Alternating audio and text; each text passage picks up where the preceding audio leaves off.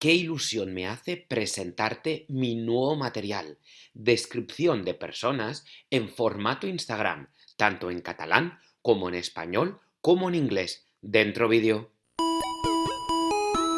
Maestro Luis, propuestas educativas para educación primaria. Muy buenas a todos, bienvenidos a un nuevo vídeo de mi canal Maestro Luis Primaria y a un nuevo material pedagógico. Se tratará de trabajar la descripción de personas. Y lo he hecho a través de un contexto más motivador, digámoslo así, que es una plantilla en formato Instagram. Yo sé que los maestros, uno de los aspectos que siempre vemos más dificultades en nuestros alumnos es en el campo de la expresión escrita. Así que espero que a través de la descripción en un formato Instagram la motivación del alumnado sea más alta y con ello también sus resultados.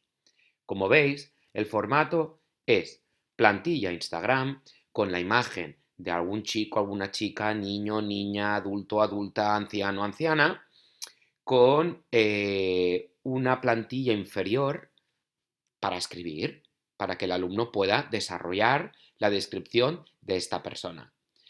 Hay muchos personajes, en concreto creo que hay 28, sí, 28. Les he puesto los mismos hashtags, ¿de acuerdo? He cambiado los likes, pero bueno, eso tiene poca importancia. Y hay de dibujos más infantiles, quizá más apropiados para un ciclo inicial, como dibujos menos infantiles, como el de Sandra, quizá más para un ciclo superior.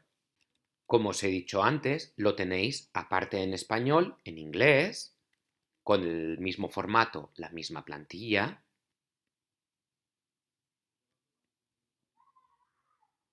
y a su misma vez en catalán.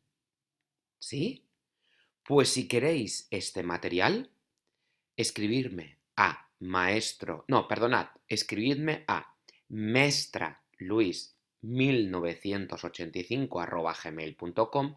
El correo aparecerá en pantalla y en la descripción del vídeo y el material será tuyo, ¿de acuerdo? Muchas gracias, eso sí, difundid mi canal, ¿vale? Que llegue a más gente.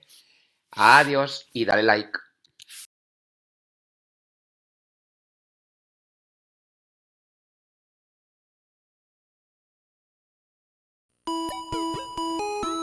Maestro Luis, propuestas educativas para educación primaria.